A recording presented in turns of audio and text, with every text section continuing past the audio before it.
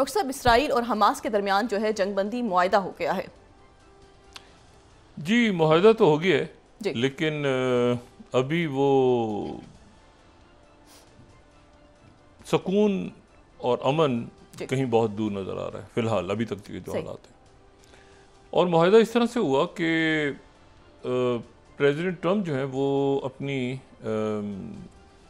एक इजलास की सदारत कर रहे थे। तो इजलास की सदारत के दौरान ये हुआ कि मार्को रूबियो जो सेक्रेटरी खारजा और NSA, वो आए और उन्होंने प्रेसिडेंट ट्रंप के कान में आके आहिस्ता से कुछ कहा और एक नोट कागज़ पे जो हाथ से उनके हैंड रिटन था वो उन्होंने आगे पेश कर दिया, प्रेसिडेंट ट्रंप को दे दिया। अच्छा, मार्को रूबियो ने वो प्रेसिडेंट ट्रंप को दे दिया और प्रेसिडेंट ट्रंप ने उसको पढ़ा, लेकिन उस वक्त वहाँ पे एसोसिएटेड प्रेस का एक नुमाइंदा जो है वो वहाँ पे मौजूद था। उसने उस नोट की तस्वीर उतार ली। सही।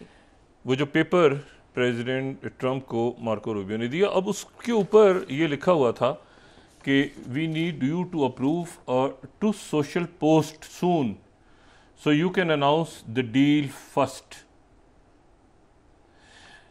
तो प्रेसिडेंट ट्रंप ने जैसे ही ये पेपर मार्को रूबियो ने उनको सजेस्ट किया कि सोशल ट्रुथ पे आप अनाउंस करें, तो प्रेसिडेंट ट्रंप ने फौरी तौर पे सोशल ट्रुथ के ऊपर वो जो इजलास था उसमें उन्होंने अप्रूव की। पोस्ट उनकी लिखी हुई थी गालिबन अप्रूव। इन्होंने अगर पेपर पे लिखा है, अगर आप दोबारा देखें मार्को रूबियो के पेपर पे लिखा हुआ है we need you to approve to social post, तो उन्होंने वो अप्रूव कर दी।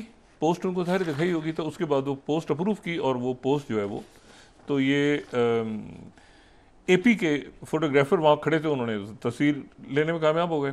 अब बहरहाल उसके बाद ये हुआ कि प्रेसिडेंट ट्रंप का ये टू सोशल पे जो है वो ये मैसेज आ गया। और इसके अगर वर्ड्स पढ़ें, first, I am very proud to announce that Israel and Hamas have both signed of the first phase of our peace plan. अच्छा, दस्तखत अभी हम गुफ्तगू कर रहे हैं तो अभी तो दस्तखत हुए नहीं है, लेकिन उन्होंने कहा कि साइन हो गए हैं। ठीक है, this means that all of the hostages will be released very soon and Israel will withdraw their troops on an agreed upon line as first steps towards a strong, durable and everlasting peace. अच्छा, president Trump जब भी बात करते हैं तो hostages की बात करते हैं, वो कहीं पैलेस्टीनियंस या गज़ा या ऐसा जिक्र उनके पोस्ट में हमें कभी नज़र नहीं आता, फ़लस्तीनियों का जिक्र या गज़ा का या ऐसा कोई मामला। बहरहाल उन्होंने कहा कि होस्टेजेस रिलीज़ हो जाएंगे और इसराइल जो है विड्रॉ कर जाएगा एग्रीड अपॉन लाइन तक as the first steps towards the strong, durable and everlasting peace. All parties will be treated fairly. This is a great day for the Arab and Muslim world, Israel, all surrounding nations and United States of America, and we thank the mediators from Qatar, Egypt and Turkey who work with us to make this historic and unprecedented event happen. Blessed are the peacemakers. Donald J. Trump. अच्छा, उसके बाद ये बस हो गया ऐलान। अच्छा, उसके बाद इसकी तफसीलात जो सामने आई कुछ, तो वो तफसीलात जो हैं वो वाज़ेह नहीं है अभी तक उन पे एक फटा पड़ा हुआ है, कन्फ्यूजन है। और पहले तो ये है कि जो अभी तक बात सामने आई है वो ये है कि अभी इसराइल की काबीना का एक इजलास होगा, दो इजलास होंगे, एक सिक्योरिटी कैबिनेट उनकी छोटी है और एक फुल कैबिनेट है, तो दोनों इजलासों में ये पीस प्लान जो है इसको वो अप्रूव कर देंगे। अप्रूव करने के 24 घंटों के अंदर अंदर इसराइल की फ़ौज जो है वो विड्रॉ कर जाएगी और वो पीछे चलेगी, येलो लाइन तक आ जाएगी। वो जो सेकंड ट्रंप प्लान का जो सेकंड मैप था, येलो लाइन, वहाँ तक वो आ जाएगी 24 घंटों के अंदर अंदर। अच्छा, और इसमें खान यूनस और गज़ा सिटी और बाकी रफ़ा के कुछ इलाके और बाकी इलाकों से वो पीछे हट के सामने आ जाएगी, यानी पीछे आ जाएगी। और इस दौरान जो है वो फिर 72 घंटे 72 आवर्स का एक टाइम शुरू होगा, यानी पहले इसराइल की फ़ौज पीछे आ जाएगी, जंगबंदी हो जाए, यानी वो फायर करना बंद कर देगी, जहरीत बंद हो जाएगी, और फिर 72 घंटे का टाइम होगा जिसमें हमास तमाम जो उनके पास यरगमाली हैं 20 और 28 यानी 20 जिंदा और 28 जिनकी बाकियात हैं तो 48 वो होस्टेजेस को 48 ही कहते हैं। अब उसमें जो जिंदा नहीं उनको भी काउंट किया जाता है। तो वो 48 जो हैं उनको 72 घंटों के अंदर वापस करेगी, हमास की जानिब से वापस किया जाएगा। फिर वो 72 घंटों के बाद जब वो वापस हो जाएंगे तो अभी तक जो बात सामने आ रही है उसके बाद ये होगा कि इसराइल जो है वो इस दौरान हमास के साथ जो है वो अमेरिका के जो कुछ पीस कीपर्स हैं और जो तुर्किया के और कतर और बाकी मुल्कों के, वो भी अंदर जाके जो बाकियात हैं उनको तलाश करने में वो मदद देंगे। ये हमास की तरफ से रिक्वेस्ट हुई है कि वो काफ़ी लाशें दब गई हैं और ये सारा, बहरहाल वो जाएंगे और वो भी साथ देंगे और ये तमाम बाकियात जो हैं ये वापस इसराइल को लौटा दी जाएंगी। जब ये सारे के सारे वापस आ जाएंगे 72 घंटों के अंदर, यानी अगर आप देखें ना कि अभी ये काबीना अप्रूव कर देती है तो 24 घंटे शुरू हो जाएंगे। 24 घंटों के अंदर इसराइल की फ़ौज विड्रॉ करेगी। उसके बाद 72 घंटों का टाइम होगा जिसमें हमास ने वो 48 कैदी यरगमाली वापस करने हैं और हमास की मदद के लिए अंदर जो है वो तुर्किया या कतर या इवन अमेरिका के जो पीस कीपर्स हैं गैर मुसल्लह वो अंदर जा सकते हैं, जिनको हमास की तरफ से ओके कहा जाएगा, इजिप्ट के बाकी, और वो तलाश करके वो यहाँ हैंड ओवर करेंगे। और इसके साथ ही हिलाल अमर के अक़वाम मुत्तहिदा के ये लोग भी जाएंगे ताकि वो बाकियात वगैरह वापस हो जाएं। तो ये उसके बाद जब ये सब वापस हो जाएंगे यरगमाली, तो फिर उसके बाद जो है वो वहाँ से कैदियों की रिहाई शुरू होगी। और वो जो कैदी हैं वो 1700 और 250 यानी संगीन मुकदमात में और इधर से 17, ये तो तय हो गया मामला। लेकिन ये मुआहदा होते ही इसमें बेशुमार मसाइल खड़े हो गए। यानी अब अगर ये मुआहदा हो गया तो हो गया, और अगर नहीं हुआ तो फिर एक बड़ी भयानक जंग की तरफ ये पूरा खित्ता खुद ब खुद चला जाएगा। पहली बात तो ये है कि जब अभी हम जब इस वक्त बात कर रहे हैं तो उस वक्त भी इसराइल की जारी है, वो सीज़ फायर नहीं हो सका। वो सीज़ फायर शायद अब काबीना के इजलास के बाद हो जाए तो देखते हैं। लेकिन इसमें बहुत सारे जो इफ्स एंड बट्स मौजूद हैं। पहली बात तो ये है कि हमास की तरफ से ये इल्ज़ाम लगाया गया है कि स्टीव विटकॉफ और जेरेड कुशनर ये दोनों आज पहुंच रहे हैं रात को, या अभी पहुंच गए होंगे, ये इसराइल पहुंच रहे हैं इजिप्ट से। हमास की तरफ से इल्ज़ाम लगाया गया है कि जो कैदियों की फहरिस्तों का तबादला हुआ था उसमें से कई नाम जो हैं वो ऐसे हैं जो कि उन्होंने उन नामों को काट दिया है, निकाल दिया इसराइल ने।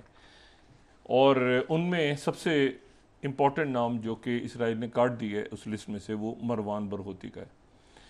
तो इसराइल का कहना यह है कि मरवान बरगूती, उनके स्पोक्स पर्सन ने कुछ देर पहले ये कहा कि मरवान बरगूती जो हैं उनको हम किसी सूरत भी रिहा नहीं करेंगे। और साथ ही ये हमास की तरफ से कहा गया कि इसराइल ने अपने मुआहदे की पहली शिक तोड़ दी है, क्योंकि जब तक ये सारा कुछ नहीं होगा तो आप जंगबंदी सारी कर दें, हम यरगमाली नहीं छोड़ेंगे। सही, हम यरगमाली उस वक्त छोड़ेंगे जब सारे उनके जो उसामा हमदान है उनकी तरफ से ये बयान सामने आया है कि ये सारे मामलात जो हैं ये आपने जो तय किए हैं स्टीव विटकॉफ और जेरेड कुशनर के सामने, ये तो आपको पूरे करने होंगे। और अगर आप पूरे नहीं करते तो फिर तैयार हो जाएं कि कोई यहाँ पे सीज़ फायर नहीं होने जा रहा, कोई जंगबंदी नहीं होने जा रही, बल्कि फिर जो होगा वो फिर सब देखेंगे। अच्छा, अब यहाँ पर जेरेड कुशनर और स्टीव विटकॉफ को उन्होंने मीडिएटर, और उन्होंने कहा कि ये हमारे सामने तय हुआ था कि मरवान बरगूती का नाम भी है, एमा सादात का नाम भी काट दिया इसराइल ने जो पॉपुलर फ्रंट के, और उसके बाद जो है इब्राहिम हमीद का नाम भी काट दिया है और हसन सलामा का नाम भी काट दिया। नहीं, वो सारे जो इम्पोर्टेंट उनके लिस्ट पे सबसे ऊपर नाम थे ये सारे नाम इसराइल ने काट दिए। और मरवान बरगूती का तो बाकायदा उनके जो तर्जुमान इसराइल की हुकूमत के, उनकी तरफ से ऐलान हो गया कि मरवान बरगूती को हम बयान नहीं करेंगे। तो ये माहिदा जो है यहीं पे। दूसरा जो है ये माहिदा, इस माहिदे में बहुत सारे सवालात खड़े हैं कि इनका क्या बनेगा। मिसाल के तौर पे इस माहिदे में जो है वो हमास की तरफ से जो बात की गई है, उन्होंने वाज़े किया हमास का भी जो मुतालबा है कि 250 फ़लस्तीनियों की फ़हरिस्त हमने दी थी। और अच्छा, उसमें सज़ाएँ अजीब हैं। मतलब एक ये इन 4-5 नामों से हटके एक फ़लस्तीनी ऐसा है, उसको अगर टोटल उसकी सज़ाएँ काउंट की जाए ना, उसकी हैं छोटी छोटी सज़ाएँ, यानी जैसे छोटी से मतलब ये कि 8 साल, 10 साल, 12 साल, 15 साल, लेकिन टोटल अगर जमा करें तो 6000 साल बनती है। 6000 साल सज़ा बनती है उसमें, इतने मुकदमों में इतनी सज़ाएँ हैं। अच्छा, एनीवे, तो उसने पहली बात तो ये की कि उनकी तरफ से मुतालबा है कि ये हमास को मुकम्मल तौर पे गारंटीज दी गई थी ख़ित्ते के ममालिक की तरफ से, मीडिएटर्स की तरफ से और अमेरिका की तरफ से कि ये जो है ये किसी भी किस्म का इसमें कोई एक ज़ेर ज़बर पेश ऊपर नहीं होगा। और फिर उन्होंने ये भी कहा कि ये 400 ट्रक्स और 600 ट्रक्स की बात हुई थी। और फिर ये है कि इस पर तो इसराइल मान गया और अमेरिका भी कि वो गज़ा ह्यूमैनिटेरियन फाउंडेशन नहीं होगी तो हिलाल अहमर और अक़वाम मुत्तहिदा ही होगी। तो ये तो बात ठीक हुई। दूसरी बात यह है कि दूसरा उन्होंने नुक्ता ये उठाया है कि ये बात अभी चल रही थी, इस बात के ऊपर अभी मुज़ाकरात हो रहे थे, तो प्रेसिडेंट ट्रंप की तरफ से अनाउंसमेंट हो गई। और वो बात ये थी कि जो हुकूमत हवाले करनी है वो तो फ़लस्तीनी नुमाइंदों के हवाले करनी है। वो उसमें जो पीस का जो बोर्ड ऑफ पीस या पीस ऑफ बोर्ड या जो भी बनना है, तो उसमें अगर टोनी ब्लेयर आता है तो टोनी ब्लेयर को चलें ले आएँ, ट्रंप भी आ जाएँ, लेकिन बाकी फिर सारे फ़लस्तीनी हों और वो बराबर की जगह पे बैठें, बजाय इसके कि वो सर पे बैठ जाएँ और फिर नीचे फ़लस्तीनी बैठें उनके। तो वो भी बात चल रही थी तो अनाउंसमेंट हो गई। तो उनकी तरफ से ये बात दोबारा आज अभी हमास ने दोबारा मुतालबा किया है कि Gaza should be run by committee of independent Palestinians, और उसमें सारे जो पैलेस्टीनियन फैक्शंस हैं वो एक ये तय हो रहा था कि वो 40 सारे जो फैक्शंस हैं वो 40 पोटेंशियल लीडर्स की एक फहरिस्त देंगे जो कि उस बोर्ड को लीड करेगा। तमाम फतह की तरफ से भी जाएगा, फ़लस्तीनी अथॉरिटी की तरफ से भी जाएंगे, बाकी सब की तरफ से। अच्छा, कुछ ग्रुप्स इकट्ठे मिल गए हैं कि उनकी तरफ से नाम जा रहे हैं। तो उन्होंने कहा ये बात अभी चल रही थी तो ये अधूरी रह गई बात, और ये तो तय नहीं हुआ। और ठीक है, प्रेसिडेंट ट्रंप ने अगर उस बोर्ड को चेयर करना है तो बैठ जाए, लेकिन नीचे फ़लस्तीनी होंगे। अच्छा, फिर उसके बाद ये है कि असल जो मामला है वो डिसाइड नहीं हो सका। बहुत सारे मामला, ये भी बहुत इंपॉर्टेंट मामला है। उन्होंने कहा ये रोड मैप, इसकी टाइमलाइन क्या है, और ख़ास तौर पे जो एक जिसको आप कहें कि स्टेबलाइजेशन फोर्स की बात हो रही थी। गज़ा में एक स्टेबलाइजेशन फोर्स एंटर होगी, इंटरनेशनल स्टेबलाइजेशन फोर्स, ISF। मतलब ISF का तय नहीं हो सका कि ISF में कौन होगा, कौन से मुल्क हैं इस्लामी मुल्क जो वहाँ पर जाके जो हैं वो दाखिल होंगे और लॉ एंड ऑर्डर देखेंगे। भाई वहाँ टोनी ब्लेयर तो अदालतें बना के और थाने लगा के फ़लस्तीनियों को सज़ाएँ नहीं सुनाएंगे ना, तो कौन होगा जो वहाँ पे लॉ एंड ऑर्डर कौन मेंटेन करेगा। और दूसरी बात ये है कि हमास क्या हथियार डाल देगी, ये बात भी हमास ने अभी तक नहीं मानी, और ये भी एक शिक दरमियान में अटकी हुई है, क्योंकि हमास का कहना ये है कि हम हथियार भी डाल दें तो हम हथियार डालने के बाद यहाँ पे गज़ा में रहें, मतलब हम हथियार डाल दें, हमारे जो मरकज़ी रहनुमा। अच्छा, हमास के बारे में जो इसराइल की जो असेसमेंट है वो ये है कि उनके इस वक्त अच्छा बड़ा वेरिएबल है दरमियान। वो कह रहे हैं कि 2 से 20 हज़ार के दरमियान मुसल्लह उनके जंगजू अभी भी गज़ा में मौजूद हैं। अभी बड़ी तादाद है, 2 से 20 हज़ार, बहुत बड़ा उन्होंने मतलब एक वेरिएबल बहुत बड़ा है। 2 से 4 कह सकते, 4 से 5 कह सकते, 2 से 20 हज़ार। और वो कहते हैं कि 7 लाख ऐसे लोग गज़ा में मौजूद हैं जो कि हमास के साथ मुकम्मल तौर पे ताउन कर रहे हैं अभी भी। उसमें ख़वातीन, बच्चे और मुख्तलिफ़ ख़ानदान और ऐसे लोग 7 लाख उनकी तादाद है जो जिनकी मदद से हमास ऑपरेट कर रही है अभी भी। तो तो हमास का एक इंफ्रास्ट्रक्चर मौजूद है। तो वो अच्छा, वो उनका डिसआर्म होना, वो डिसआर्म होके हमास अगर छोड़ जाए बाहर, तो इसराइल का कहना ये है कि वो तो बाहर से बैठ के, पूरी दुनिया से बैठ के गजा को काबू करेंगे, कंट्रोल करेंगे। अगर उनको कहीं पर भी आप भेज दें, किसी मुल्क में भी चले जाएं और सिर्फ ऐसे जो उनको मिल जाए, तो वो तो वहाँ से बैठ के एक टेलीफोन कॉल पे उनकी पूरा गजा जो है वो उसी तरह से चलता रहेगा आगे सिलसिला।